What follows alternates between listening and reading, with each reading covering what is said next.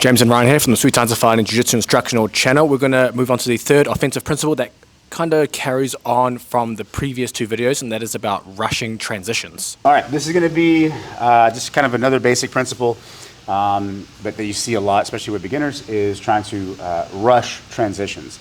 You'll see this a lot, even if you go to tournaments, you start going to tournaments and things like this, and especially in the kind of beginner divisions, you'll hear the coaches screaming, hold the position. And it's because, especially beginners, again, they tend to want to transition really quick.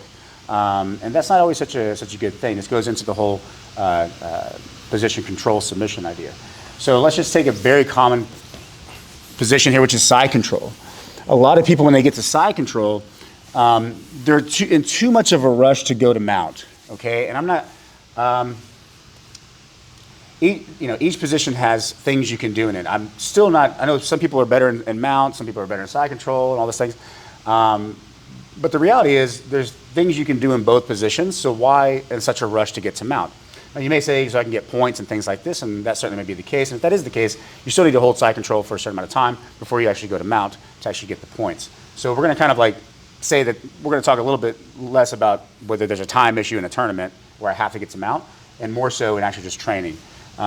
So if I'm controlling the position here and I get to side control, I pass this guard, I'm like, yes, and I try to go to mount, I never actually establish any kind of control.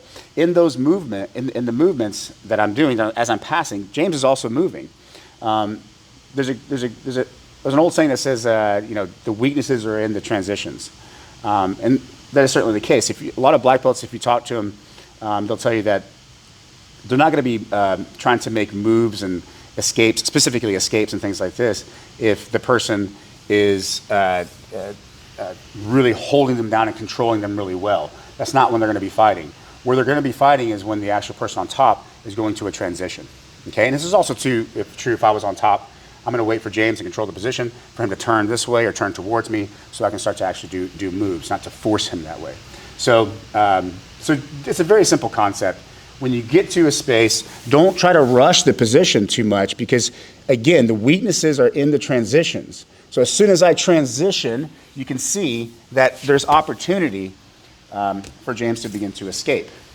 So just, again, obviously there is times you need to transition. If James is actually producing an escape and I have to transition from that space, then that's the time you may have to do that.